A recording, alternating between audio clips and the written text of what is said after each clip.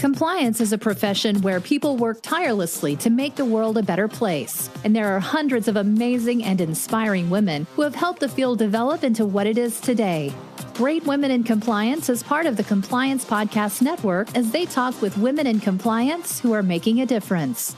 Hi, everyone, and welcome to the Great Women in Compliance podcast hosted by me, Lisa Fine, and Hema Lomax. For this roundtable, I am joined by Ellen Hunt. We are part of the Compliance Podcast Network and sponsored by Corporate Compliance Insights.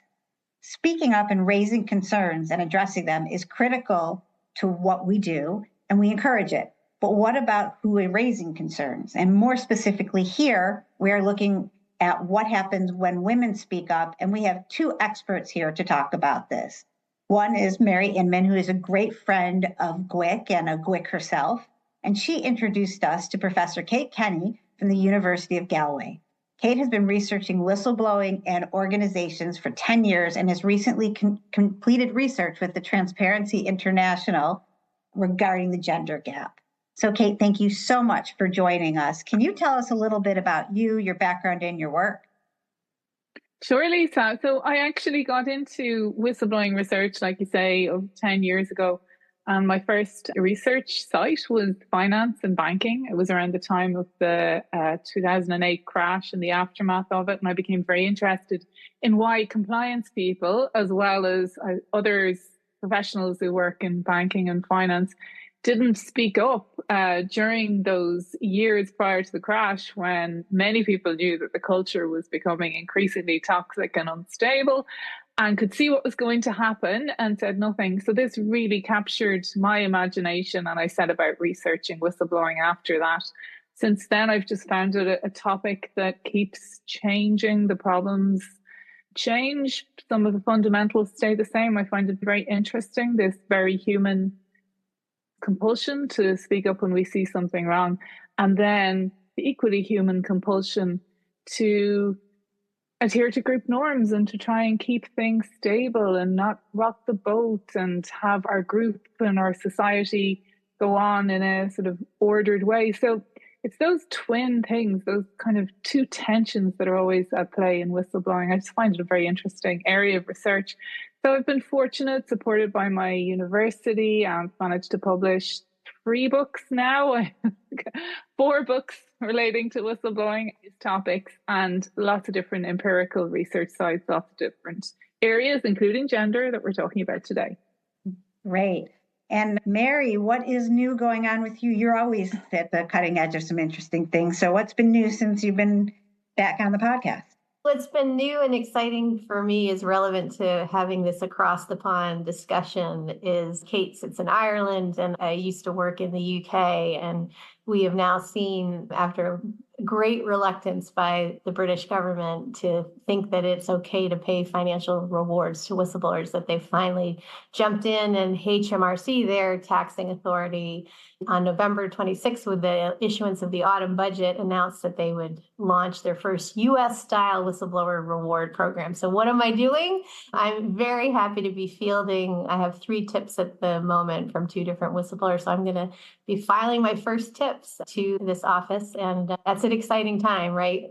It's one of the few times in a whistleblower program that you've got a lot of people who don't have a tip line. They don't have many tips coming in yet, and we'll be among the first. So it's exciting to be there in that space right now. And I find it so interesting working with a UK-based company. And as I had said to this group, it's going to take a lot of my self-control to not ask more questions about that. But with that said, today's conversation is about whistleblowers and women whistleblowers. And my sense is that there are lots of different factors that will impact somebody who's reporting: gender, race, age, nationality. But as we mentioned today, we're focusing on the impact of gender. So let's start with that. And Kate, can you talk a little bit about what your research has shown about women whistleblowers versus male whistleblowers? Sure. I mean, on the surface, there shouldn't really be any difference between how 2 people in a similar role are treated when both speak up about wrongdoing or blow the whistle. But I guess we find that certainly recently, last year, a number of the research reports coming out showed that actually women have been reporting more negative consequences than men. So one study that's relevant because it was carried out by Transparency International in Dublin. Ireland has one of the longest standing legal frameworks in the EU, and the EU has a strong legal kind of more or less legal environment. So Ireland is quite interesting for anyone who's relevant or who's interested in the topic. And this study shows that 50% of women who reported wrongdoing said that they suffered negative consequences, and only 37% of men in the same survey. And you're talking about data from over 2,800 people who were contacting Transparency International's helpline. So I think that this is not an anomaly. Our research shows that this can be the case, and it's a little bit worrying. What's, I suppose, more broadly is this survey shows that retaliation seems to be on the up against whistleblowers. And Ireland's an interesting test case because of this legal framework that we've had in place longer than other countries. So I suppose we're an interesting bellwether or a test bed to see what might be the case. Why is retaliation up more generally? I think it could be that as knowledge about whistleblowing grows, perhaps managers become more aware of this and people become more concerned when someone speaks up. It's hard to tell. But certainly we are seeing this kind of gendered issue. Other kind of studies show that it shapes how men and women might be treated differently. There was a large-scale study in the US actually done on military whistleblowers and a military base, and found that even senior women in this military cohort, when they were speaking up, were receiving reprisal and retaliation in a way that the males weren't. And the authors of this study linked it to the fact that women are often expected to have more passive gender roles. So the roles that we might be expected to occupy in wider society, we don't leave them at the door when we come to work. Those kind of stereotypes can be attached to women in workplaces. And where we have, say, more masculine, male-dominated, hierarchical structures in a workplace, that might not bode so well even for senior women whistleblowers. So I think there's a number of different factors, but one pattern that I would say, Lisa, across the board is women, when asked, report that they are much more likely to speak up if they know that there are channels and supports in place. If there are institutional procedures available, women express much more confidence in speaking up than men do in the same kind of survey or in answering the same question. In other words, it's almost as if I was to characterize it, it's as if women realize that they might need that extra support because maybe the culture won't help them, that there's a more sensitivity on the part of women to a greater vulnerability to reprisal. And so that's why these channels are important. In a recent paper in Gender Work and Organisation, we conceptualized that as the importance of collective shields. So women realize, okay, if I am going to go, I need to know that I have this shield, this buffer, this thing in place where that mightn't be as important for men. So I think that's one thing. The second thing that might be of interest to your listeners is women prefer to know that they can, if they wish, report anonymously, that the confidentiality or anonymity is in place, which is linked to the shielding thing, but basically feel like if they put their head above the parapet and their name becomes released, that they're more vulnerable to reprisal than men would when asked the same kind of question.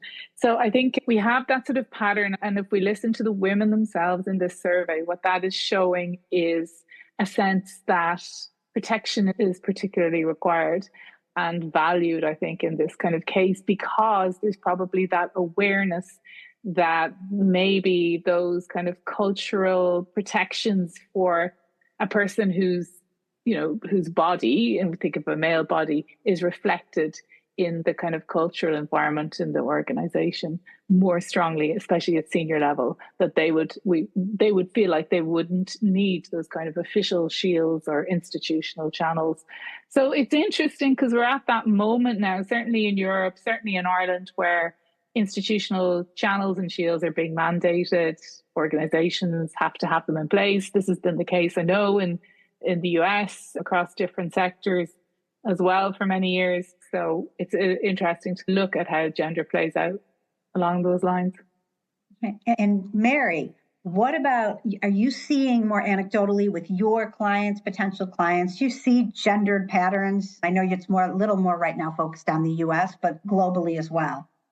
Yeah, definitely. It does. A lot of what is borne out by Kate's research, which is really important here, is something that we see in the US. So there, as Kate was referencing, there's been research, a number of studies in the US on women whistleblowers, including the military study, but others as well, that actually have findings that are very similar to Kate. So what I really loved about the fact that Kate and Transparency International came in here is that we're now seeing different it's not a cultural context, right? So now it's not just a US problem that women face the effects of retaliation more seriously, but it's something that is obviously in both cultures. But your question to me about what am I seeing is interesting because Kate's research, or a lot of the research, focuses on did people report internally?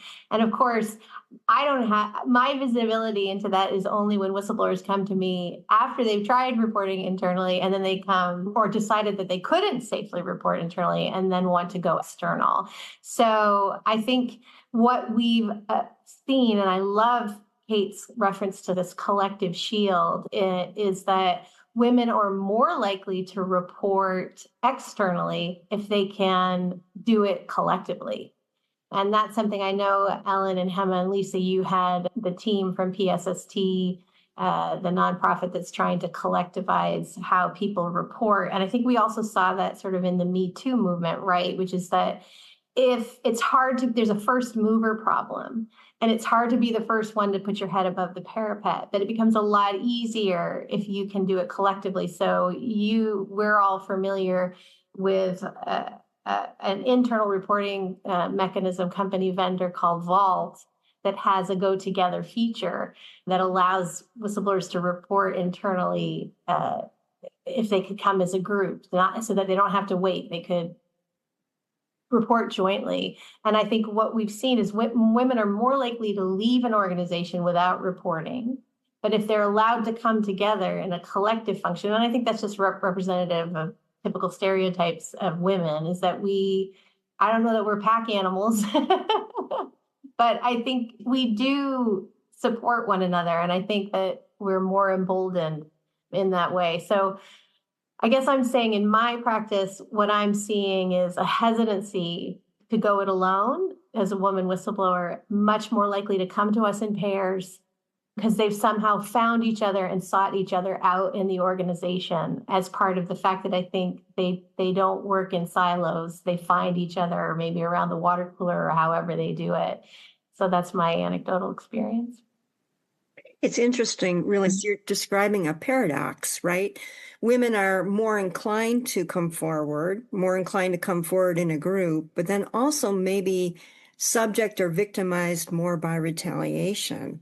So we have a paradox. And one of the things that always strikes me about this is we're 20, 30 years in, and we still haven't solved the retaliation problem. But when we look at women, right, I think also another part of our gender identity, right, is that we get labeled as emotional or difficult to deal with, but men don't seem to get those same kind of stereotypes or, frankly, gaslighting. When they come forward, they're credible, but women are just being emotional. So this has to affect how women want to or willing to speak up. You talked, Mary, about the ethical refugees, right? People who leave rather than speak up. Maybe that's more women than men. And then how is it received? So, Kate, I'll ask you first. I mean, when we're labeled as emotional and difficult, what does that do for our willingness to speak up and our fear for retaliation? I mean, absolutely. And some studies that we've done with senior female managers and reported and published papers on in banking and finance, just as an example, were replete with those kind of references. Oh, I spoke up to my ultimate CEO or my boss and was told, oh, I think you're jealous of the person that you're reporting because he or she got a promotion and you didn't. This kind of very diminishing language that you would be hard to imagine levied against a male in that kind of seniority. So things around jealousy or you're just, emotional or upset. What I found very interesting in that study is we focused in on the use of humor post hoc by a number of these women. Again, often humor that was developed collectively with other women as they laughed at the responses they were getting as a way of coping. And now, we don't want to say that's a panacea because that would be too glib and easy, but it was an interesting response. I will say, though, that studying same sector banking and finance, male stereotypes did come out when it came to men reporting. So a number of actually risk and compliance men talked about how they were insisting on the wrongdoing being raised to senior level. And we're told you're overly aggressive, you're being a bully here. And so again, a kind of a gendered stereotype being dragged out to silence and retaliate again against the speaker, the stereotypes relating to whatever body is showing up as the whistleblower. But with that said, I think there is those kind of dangers that women perceive around being seen as emotional or gaslit or not listened to in that way. And it's back to the collective. And I was smiling as Mary was saying, perhaps what is it about women and that draw us to that collective protection? And certainly the last book, second last I published, Regulators of Last Resort, emphasized that collective movement on the part of whistleblowers as beyond even just our tendency to collectivize. It's just efficient. If you're a whistleblower, it's efficient and it's strategically beneficial to collectivize because, and this is beyond whistleblowing, any studies of power resistance going back to Machiavelli, if we want to change something, we find allies who are similarly interested in the change, and we go that way. It's efficient and it's strategic, and perhaps women are just ahead of the game in picking that up as well. Because I think that a lot of whistleblowers, we can look at all of the different impacts that they receive and the things that can help people, but really at the core, most people are just incredibly concerned that the wrongdoing stops. And that's why they're in that process. And that's what helped them to start to begin speaking up in the first place. So if collectivization is the way to do that, then that's an appropriate and strategic role. I do think, and this might be something we can talk about though, it is important to recognize there are women and there are women, and we don't all come to the whistleblowing situation equally privileged and equally of equal status. And I think that's one of the kind of concerns we have when we see calls for whistleblowers in the public domain. Right now, there's a political scandal in the US that's been ongoing around the Epstein files, for example, and many calls for the women whistleblowers must come forward to justify and to give detail that are missing from official documentation. And when you see that and the background of these individuals as vulnerable, as already through significant abuse, as not having started their young lives in an equal and fair way that other whistleblowers might have, this is not the same as compelling a person to come forward who's from a much more secure and a background and who has the benefit of all these support resources, whether it's psychosocial or legal or any of those. So I think when we're talking about women, we need to, bring that differentiation in from the start for sure.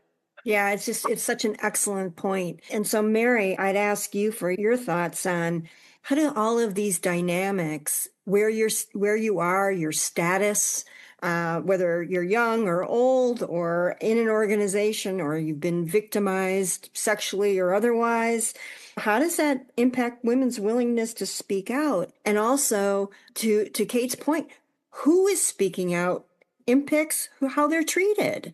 So what are your thoughts, Mary? Yeah, certainly what I've seen is that in order to get to the levels, I'm 57, so the way you got to positions of power in my generation was you became very male. in how and you've lost your female voice a lot along the way. And so I think power differential matters a lot, especially in folks in my generation, because my sense is that their whistleblowing is probably more likely to be well received because they know how they've trained their voice to present it in the way of the dominant culture. So I do think the power matters, and I think the age and the generation matters. And similarly, the age and the generation of the person who's receiving the whistleblower report matters, right? So are they culturally sensitive to a lot of the issues? My sons, I'm happy to say, have a much more open-minded view about women's power and women's place and men's privilege than maybe other people do. So I think the gender and the age of the reporter and the receiver is a dynamic you have to look on both sides of the equation. I did want to say the research that I found fascinating, just to get to the root of our initial question here, is are men treated differently than women? The research that came out of UPenn and the University of North Carolina in a study published in the Academy of Management, they basically tested the exact same whistleblower report, and they assigned the name Kate to the reporter. Sorry, Kate, or Kevin. And Kevin's report was handled very differently than Kate's, even though it was the exact same report. It tells you all you need to know. It's a pretty easy study and really rather quite shocking. So I think it just tells us what we're coping with. But I keep going back to, in my experience, and luckily I've had 30 years of doing this, that I did start to notice like male whistleblowers tend to come individually. But there's nothing stopping whistleblowers from coming in pairs. And I think this brings it back full circle to this collective. Like at an evolutionary basis, the women around the fire collecting berries for the tribe together, that we all thrive. And I think men are just more out there as lone wolves and can be outside the pack in a way that women really couldn't. And I think that's a real blessing and a strength of women. And I think that's why it's so important that we have, as we've all said, diversity of gender perspective, ethnic perspectives, cultural perspectives. All of it is vital. As we keep coming back to the collective and that the comfort level and the importance of it, the other side of it, as somebody who works with our hotline and works in these areas and tries to do an understanding unconscious bias and all of these things, I would say my company and most companies really want people to raise concerns so that we don't have to necessarily have the collective or get to this collective. And we prefer, in good intentions, we're talking about all the problems. A lot of people have the good intentions to try to solve the problems right ahead of time. So we encourage people to come in reporting internally. We want to be proactive. It's easier said than done, and we recognize it. But I mean, are there greater risks to women? We've talked a lot about that, but I think I want to flip that a little more to say, how can we reconcile those two things? And Kate, we'll start with you. Yeah, I mean, it's not hard to imagine the greater risks to women, I think, relate to the position that a given woman is in. Some of the research that are even stories of well-known whistleblowers, for example, show that if a woman is in a position of being a single mother, for example, and the breadwinner responsible for family and with care responsibilities, then for that person to jeopardize their promotion or even their job at all, or their reputation in the sector in which they work, can be really dangerous, specifically. So, of course, that can relate to a male breadwinner. But if, I suppose, from a woman single mother point of view, that can be very pertinent. So there's the risk there, I think, of where that person is located and what kinds of resources they can hope to draw on. We did a large-scale study. We interviewed, I think it was 60 plus whistleblowers and surveyed over 100, but they were in-depth interviews. And what we found was quite dismaying. In some cases, the stress of speaking up for women who had to go public had meant that those years in which they had hoped to have a family, they were in their kind of late 30s, 40s. The stress and everything else that was going on because of the whistleblowing case meant that they had to pause or were simply unable to get to that stage with their families. And they look back on that whistleblowing kind of period as doubly punitive because of what it did for their health and their bodies at the time. And I suppose that's something that's unique and cannot be restored in that sense. So I think there's certain sorts of things that can be, that can really be dangerous for women speaking up in those ways. Now, with that said, in that same study, we did speak to women who, because of the situation that they found themselves, said things like, my husband is wealthy, is well off, or at least has a good salary. And because of that, I was able to risk my job and follow my conscience and speak up and follow the ethical journey that I was on, because I knew that the family was going to be looked after because my partner was sufficiently well resourced salary wise. So I think it's a double-edged sword. It depends on the location of the person in question. But certainly there's some dynamics that women can find exacerbate the impacts for sure. And Mary, what are your thoughts about that, seeing it from the practitioner? Yeah, this is why I so love our conversations, Lisa, which is that, of course, the company wants to hear sooner and not have to wait for a collective to form. That's frustrating from your point of view. And I get it. I mean, I think in the ideal world, and that's the kind of environment you really work hard to create, is where people feel safe enough to do that. They don't have to wait for a collective. They don't have to have strength and safety in numbers. They just feel safe to just raise it when it's on their mind and know that it's okay to speak. I think we haven't talked yet, and I'm really interested to get Kate's thoughts here too, about gaslighting and the effect of gaslighting on how you report, because gaslighting has, as we now know from the Me Too movement in particular, creates self-doubt. So when you start speaking up and then realize that everybody else has a different point of view because they understand that if they do speak up, that it will not be well received. To the potential reporter, it's, am I the only one who sees this as a problem? So they maybe did a trial balloon and sent something up, and in a meeting or something, didn't officially report, but maybe just to like some other more senior person.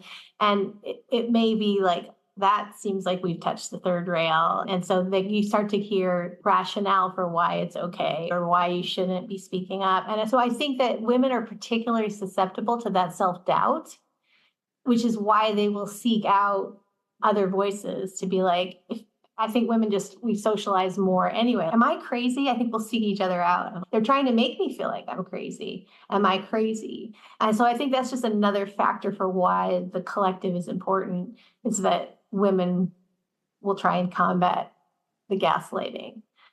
The other thing I wanted to say, something that's enormously chilling to me, is that, again, I only have anecdotal experience, but this is something we've talked about publicly, is I have a very amazing whistleblower by the name of Teresa Ross, and she exposed fraud in the Medicare Advantage program at Independent Health, a health insurer. When she continued to sound the alarm and basically for the improper behavior, she actually had to sign the attestation that went to CMS, to our government. When you put your submissions in for claim, you say these claims are accurate. She just kept saying no. And even though people had privately told her that they shared her concerns, none of them were brave enough to speak up for whatever circumstances. It can be circumstances like, Kate, you're a single mom. You may be brave enough, it may not just be practical. But what happened to her, she worked in a healthcare organization. They sent in a psychiatrist to evaluate her. So talk about literal gaslighting. I think these are the sorts of things that we're up against because the impulse is so strong to snuff out the dissent, right? Because everyone else seems to have gotten along and understood that this isn't okay. So the more that you have that, the more the organization feels emboldened, right? There's just this one person. And so what can we do to get them to come along? And that's when the sort of tactics become really, frankly, odious and Machiavellian, frankly. Professor Kenny talked about Machiavelli, I had to bring him back in. For sure. And I think that's one of the reasons why, so the European Union, for example, when it changed up its whistleblowing protection law in 2021, listed those kinds of psychiatric evaluations as a potential form of reprisal and retaliation. which was very insightful and goes to address the kinds of scenarios that can affect women, but also men, as Mary mentioned. And I think it really all goes back as well, Lisa, to the work that you and many of your listeners do, because if it's a situation of gaslighting, a basically effective triage process that's put in place by help desk, by the organization, by the people who are tasked with taking in concerns, should be able to, if it's done in good faith, be able to link up these individual sorts of queries, and when people are just raising the question, with potential patterns of wrongdoing more generally. And I think what we find is, I'm not sure what the situation is in the US, certainly I think across Europe and in Ireland, organizations vary hugely in the level of effectiveness that the Speak Up channels actually have, and I suppose, how well they are run and how seriously those kinds of basic triage processes at the point of disclosure, when people are just saying, look, I do not have extensive evidence that this wrongdoing is taking place. I have enough to be able to report, and that those reports would be taken seriously. I think it was based on that a number of international groups and organizations and experts introduced ISO, an international standard organization for standardizing how the Speak Up channels should be designed, implemented, the ISO 37002, I think it's called. And it's really useful because it sets out the basic structure of an appropriate channel, and takes care of a lot of those things. Because I suppose what can manifest in gaslighting, and ultimately a really defensive organization that starts retaliating, can often be a result of panic or confusion on the part of the manager receiving it, not any kind of malicious intent from the start to retaliate. But if an organization is very poorly organized, if there's panic, if the disclosure reaches multiple people and the managers receiving this disclosure don't know how to respond, we can really see what ends up looking and becoming reprisal. But it's just this basic cycle of blame and defensiveness and panic that can ensue. So I suppose this is what everyone's trying to work against at that first point of contact within the organization. Because I think what we've seen in our research is very well-meaning experts can find themselves at a loss when there isn't a process to follow when they receive a whistleblowing complaint. And I want to pull on that thread, because I think it's just human behavior. And I have seen this pattern over and over again in multiple different organizations. First is denial. Then it's demasking. Who came forward? Because somehow it really matters who said what. And then it's discrediting. And then it's dismissal, whether it's a constructive discharge of the person who's come forward, or even the people who are involved in finding the allegations, right? Sometimes our ethics and compliance professionals are victims on the outcome of some of this.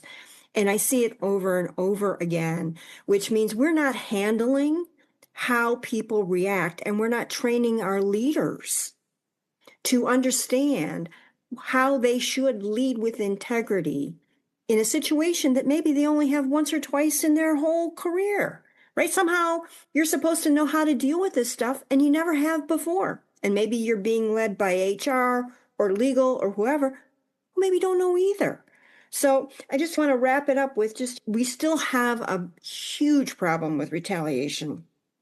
And as I've been listening to you both speak, I think about Jamie Higgins, who wrote Bully Market, and what she suffered through, and also our friend Sarah Williams on Careless People, right? I mean, they just went through hell. There's really just no other way to say it. And we don't pay attention to that this never goes away. Once you've been a whistleblower, you are experiencing, if not suffering, the consequences maybe for the rest of your life. And so I'll just wrap it up with, when we think about it, do we think that for women it's different and more difficult? And I'll start with you, Kate. I think it can be. And what I'm encouraged by is our recent report, which looks at all the different whistleblowing support and advocacy groups emerging across Europe. I'll speak from the side of the pond, since the law changed. And we didn't find a lot of organizations that provide women-specific supports, but we found 7 exemplars, and that's available in our report. It's part of the Bright project funded by the EU Commission.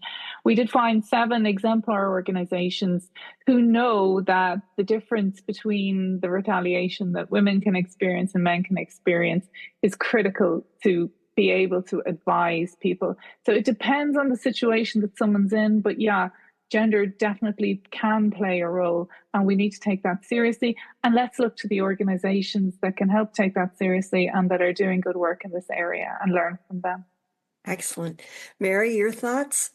I totally agree that it is harder for women. And what I do, but I don't want to end on a negative note, what I do think is so interesting is that we had a high watermark, I feel like, in the Me Too movement where people could see what was possible.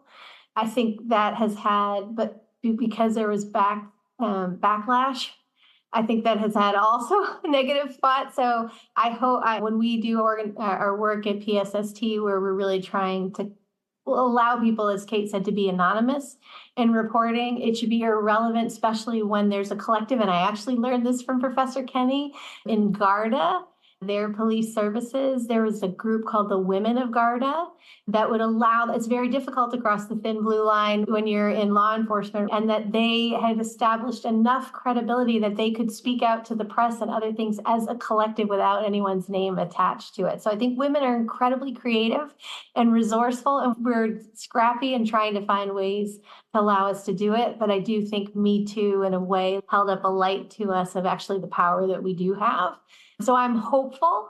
And I'm also hopeful because, Ellen and Lisa, you're out there doing the work, training your managers on how to de-bias situations, doing like the Kate versus Kevin studies to show, like, you think that you're so unbiased. We do need training here. Let's do the Kate versus Kenny exercise and see how we perform. Excellent. I guess, and there's so many things to think about with this, and there's that, and we've got managers who may have the bias that don't escalate it to people like Ellen or me, that we want to train what they're supposed to do within that, those concerns, those biases. There's so much there. But if you were to give us on a uplifting to some degree, like, if you have one tip on how you think we could help improve outcomes for women whistleblowers, at either in-house or generally, could you say something you think that would make a difference or the largest difference to you? And Kate, we'll start with you. I think when a whistleblower comes forward, basically look at who are they, who is this person, and gender comes into that.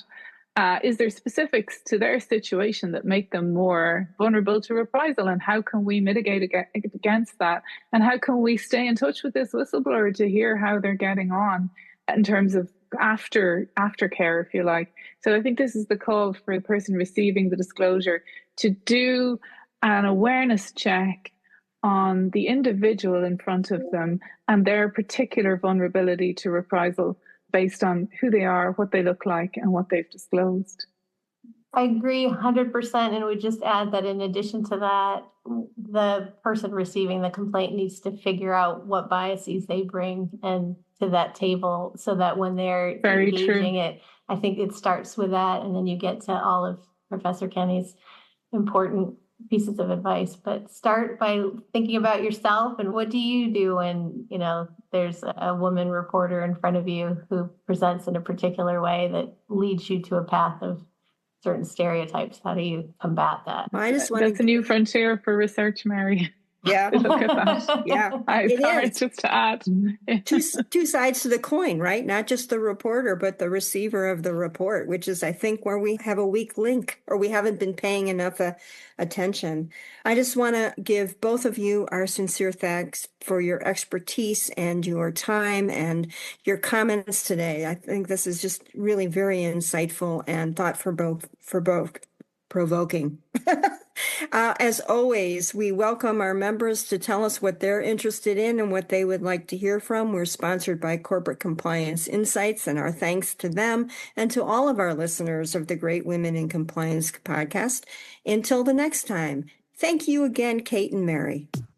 Thanks for joining us for this episode of Great Women in Compliance. We hope you'll join us in honoring the great women in the compliance field by subscribing to this podcast and leaving a review.